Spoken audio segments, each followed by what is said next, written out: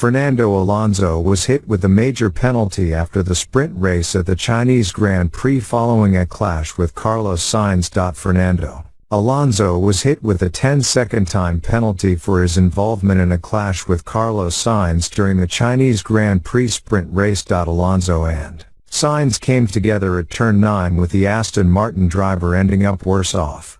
The veteran Spaniard picked up a puncture and was forced to bring his race to a premature end, while the latter ended the sprint in P5. However, the DNF was not punishment enough in the eyes of the stewards, who opted to give Alonso a 10-second time penalty and 3 penalty points for his license. These points take Alonso's 12-month total to 6 after the 42-year-old was handed 3 penalty points for his involvement in George Russell's last lap DNF in Melbourne earlier this year. Explaining the stewards' reasoning, an FIA document explained, the stewards heard from the driver of car 14, Fernando Alonso, the driver of car 55, Carlos Sainz, team representatives, and reviewed positioning/marshalling system data, video and in-car video evidence, and determined that car 14 caused a collision with car 55 at turn 9.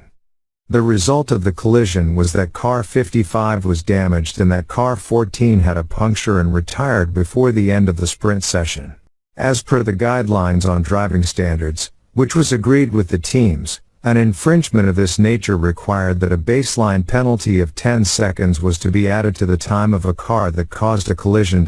Thankfully, for Alonso, the time penalty will not be converted into a grid drop for the Chinese Grand Prix on Sunday, so the penalty points are the only true punishment for the incident, aside from the puncture he suffered in the moment. However, the clash did cost Aston Martin critical points in their Constructors' Championship battle with Mercedes. Lewis Hamilton's P2 finish means that the Brackley-based team have moved 9 points clear in that particular battle.